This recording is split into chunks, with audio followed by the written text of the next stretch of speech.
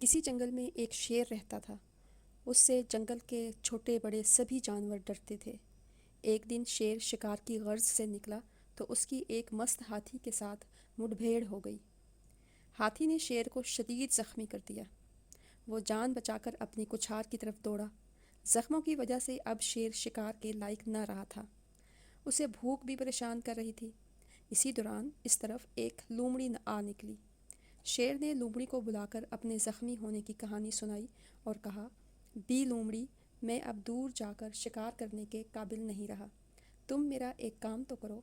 جاؤ جا کر کسی گدھے یا گائے کو بہلا پھسلا کر یہاں لے آؤ تاکہ میں اسے شکار کر سکوں۔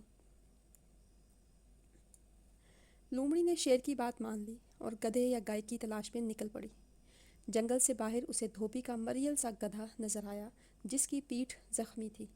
لومڑی اس کے پاس گئی اور اس سے مخاطب ہوئی، بھائی گدھے، کب تک یوں ہی بھوکے مرتے رہو گے؟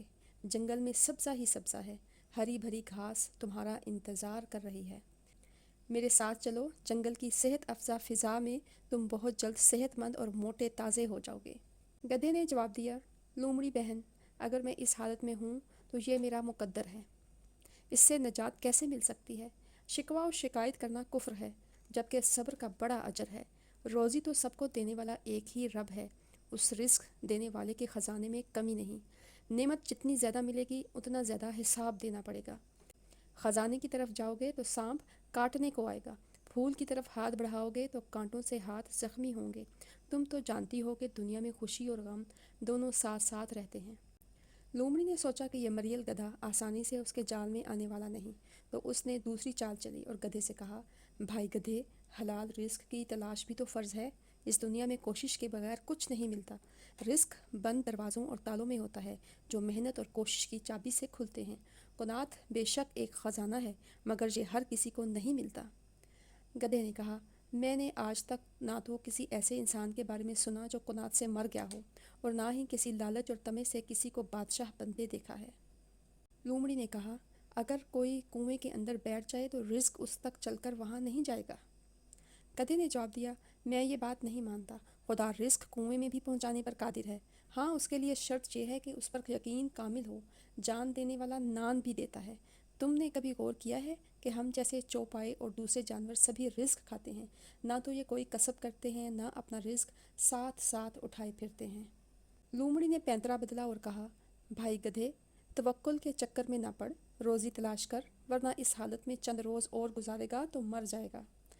گدھا بولا، لومڑی بہن، تم کس بحث و تکرار میں لگ گئی ہو؟ لالچ بری بلا ہے۔ صبر و شکر کر لینے میں بھی رزق ملتا ہے، بلکہ صبر کرنے والوں کی طرف تو رزق بھاگ کر جاتا ہے۔ لومڑی بولی، بھائی گدھے، جو ذکر تو نے شروع کر دیا ہے یہ عام لوگوں کی بات نہیں، خاص لوگوں کا ذکر ہے۔ تم میرے ساتھ چلو، قریب ہی چشمے اور ندیاں ہیں، گھاس ہے، تم دیکھنا وہاں پہنچ کر جانور کس قدر خوش ہوتے ہیں۔ اب گدھے کو بھوک نے ستانا شروع کر دیا تھا۔ وہ لومڑی کی میٹھی میٹھی باتوں اور کھانے کے لالچ میں لومڑی کے ساتھ چلنے پر راضی ہو گیا۔ لالچ میں گدھا لومڑی سے یہ پوچھنا بھول گیا کہ تم تو خود کمزور ہو، اگر تم اس جنت سے آئی ہو جس کی تصویر میرے سامنے کھینچ رہی ہو تو تمہارا یہ حال کیوں ہے؟ آخر کار مکار لومڑی اس گدھے کو شیر کے کچھار تک لانے میں کامیاب ہو گئی۔ جو ہی گدھا شیر کی کچھار کے قریب پہنچا تو بھوکا شیر گدھے کو اتنا قریب دیکھ کر خوشی سے اچھلا اور دھاڑا تو گدھا الٹے پاؤں بھاگ نکلا۔ زخمی شیر میں بھاگنے کی طاقت نہ تھی۔ وہ بے بس ہو کر گدھے کو واپس جاتے دیکھتا رہا۔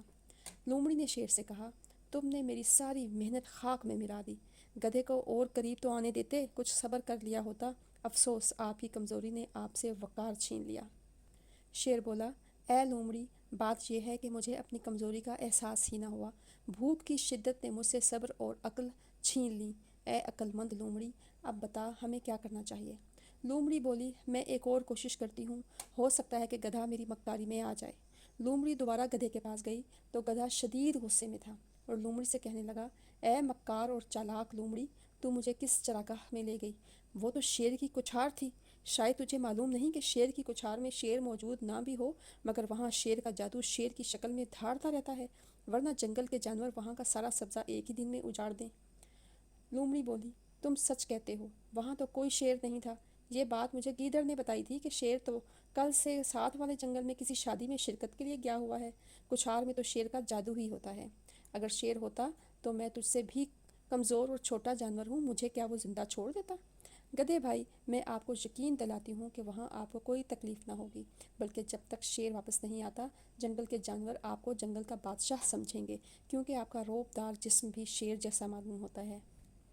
نادان گدھا ایک بار پھر لومڑی کی چکنی چپڑی باتوں میں آ کر ساتھ چلنے پر راضی ہو گیا۔ اسے کیا معلوم تھا کہ وہ اپنی موت کے منہ میں جا رہا تھا۔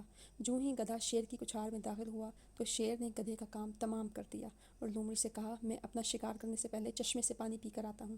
ادھر مکار لومڑی موقع پا کر گدھے کا دل، دماغ اور جگر نکال کر کھا گئی۔ شیر نے واپس آ کر لومڑی سے پوچھا، ہر جانور کا دل، دماغ اور جگر ہوتا ہے، گدھے کے یہ اعضاء کہاں ہیں؟ لومڑی نے کہا، اے جنگل کے بادشاہ، تو بھی بڑا بھولا ہے، اگر یہ اعضاء گدھے کے پاس ہوتے تو وہ یوں موت کے منہ میں نہ آتا۔